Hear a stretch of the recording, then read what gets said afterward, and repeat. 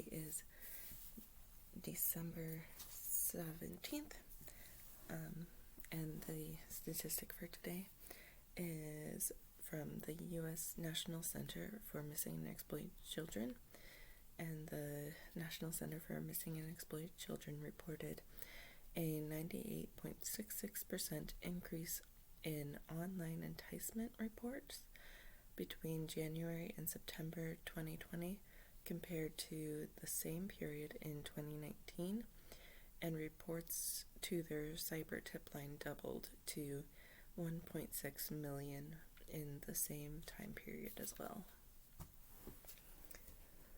So I'm going to read A Christmas Carol. And they're still at the Cratchits on with the Ghost of Christmas Present.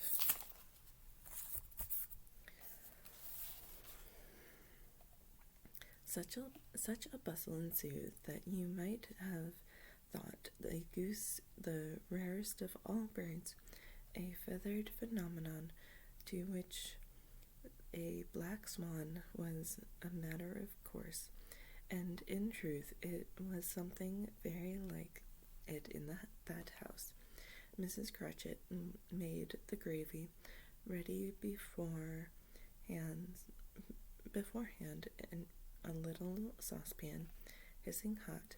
Master Peter mashed the potatoes with incredible vigor. Miss Belinda sweetened up the applesauce. Martha dusted the hot plates. Bob took Tiny Tim beside him in the tiny corner at the table. The two young Cratchits set the chairs for everybody, not forgetting themselves, and mounting guard upon their posts, crammed spoons into their mouths, lest they should shriek for goose before their turn came to be helped. At last the dishes were set on, and grace was said. It was succeeded by a breathless pause, as Mrs. Cratchit, looking slowly all along the carving knife, prepared to plunge it into the breast. But when she did, and when the long-expected gush of stuffing issued forth, one murmur of delight arose all round and the board, and even Tiny Tim, exclaimed by the two young Cratchits, beat on the table with the handle of his knife, and feebly cried, "Hurrah!" There never was such a goose. Bob said he didn't believe there ever was such a goose cooked. Its tenderness and flavor, size and cheapness were the themes of universal admiration, eked out by applesauce and mashed potatoes, and it was a significant dinner for the whole family. Indeed, as Mrs. Cratchit said with great delight, surveying one small atom of a bone upon the dish, that they hadn't ate it all at last. Yet everyone had had enough, and the youngest Cratchits in particular were steeped in sage and onions onto their eyebrows.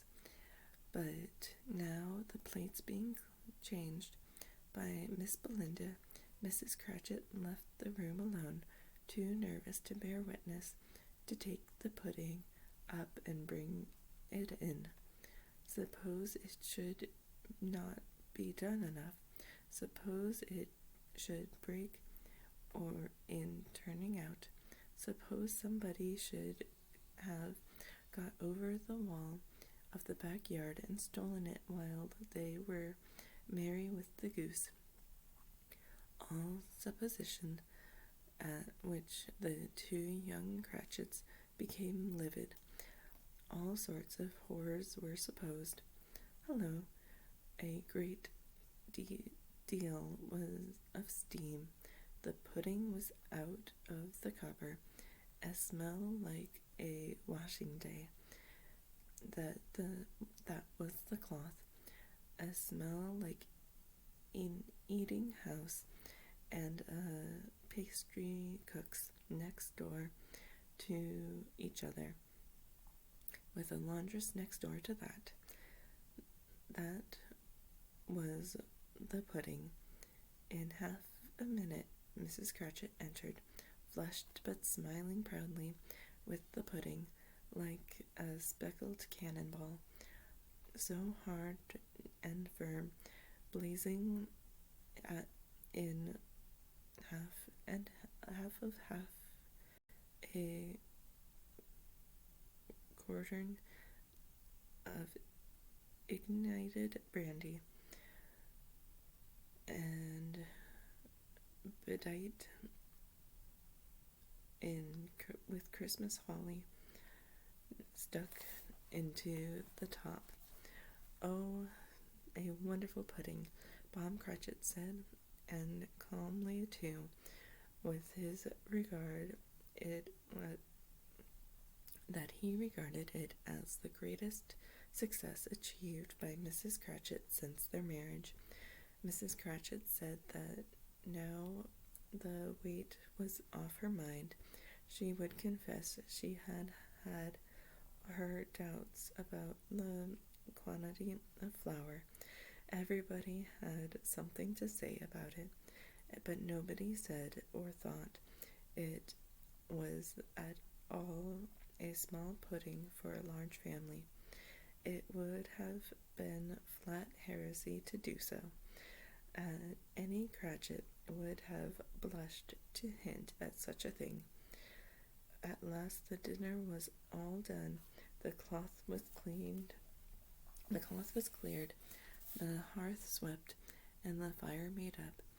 The compound in the jug being tasted and considered perfect, apples and oranges were put upon the table, and a shovelful of chestnuts on the fire. Then all the Cratchit family drew round the hearth in what Bob Cratchit called a circle, meaning half of one, and at Bob Cratchit's elbow stood the family display of glass, 2 tumblers, and a custard cup without a handle. These held the hot stuff from the jug, however, as well as golden goblets would have done, and Bob served it out with beaming looks, while the chestnuts on the fire sputtered and cracked noisily. Then Bob proposed, "A Merry Christmas to us all, my dears. God bless us," which all the family re-echoed. "God bless us, everyone," said Tiny Tim, the last of all. He sat very close to his father's side upon his little stool. Bob held his withered little hand in his, as if he loved the child and wished to keep him by his side, and dreaded that he might be taken from him. "Spirit," said Scrooge, with an interest he had never felt before, "tell me if Tiny Tim will live." "I see a vacant seat," replied the ghost, "in the poor chimney corner, and a crutch without an owner, carefully preserved. If these shadows remain unaltered by the future, the child will die." "No, no," said Scrooge. "Oh, no, kind spirit, say he will be spared." If these shadows remain unaltered by the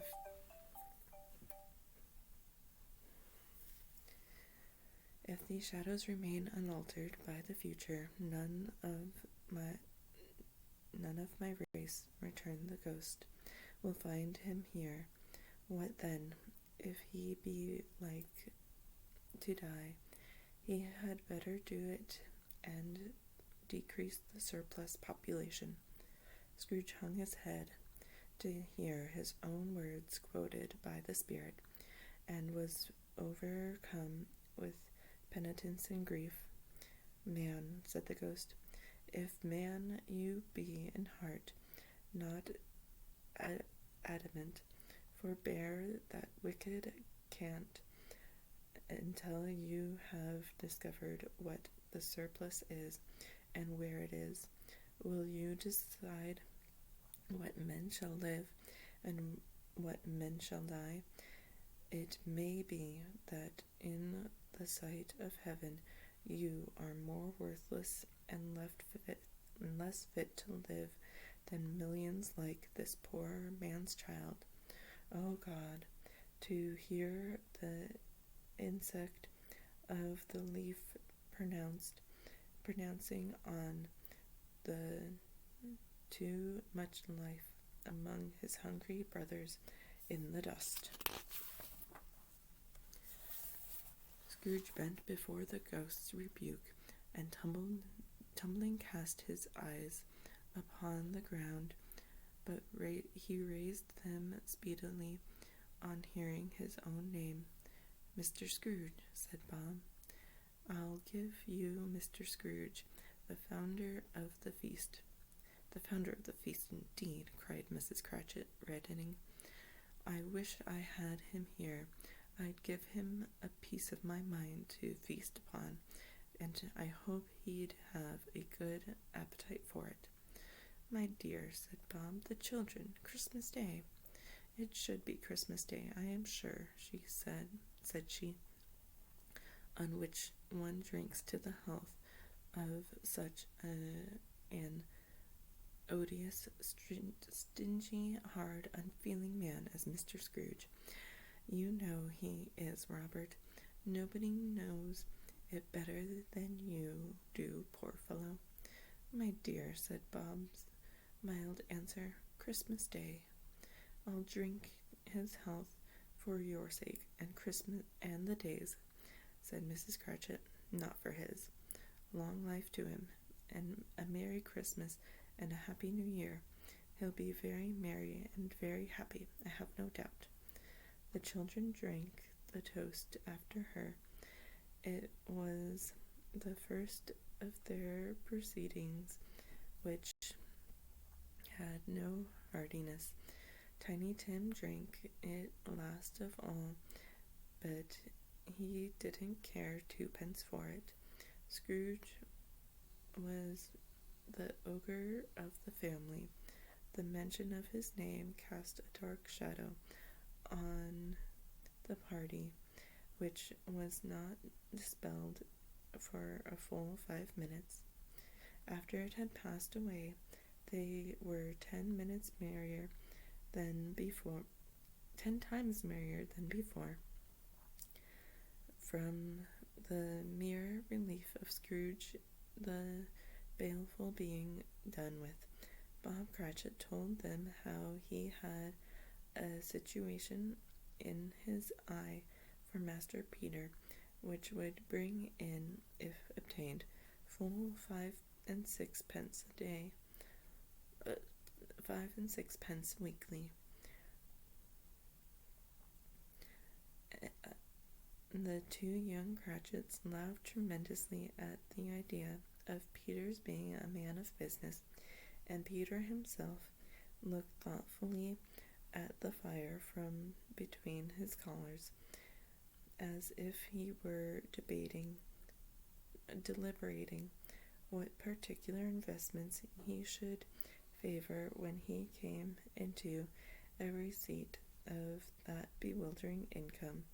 Martha, who was a poor apprentice at a milliner's, then told them what kind of work she had to do, and how many hours she worked at a stretch, and how she meant to lie abed tomorrow morning for a good long rest. Tomorrow being a holiday she passed at home. Also how she had seen a countess and a lord some days before, and how the lord was much about as tall as Peter, at which Peter pulled up his collar so high that you couldn't have seen his head if you had been there. All this time the chestnuts and the jug went round and round, and by they had a song about a lost child traveling in the snow from Tiny Tim, who had a plaintive little voice and sang it very well indeed. So I'm going to leave it there. Thanks for watching. Bye.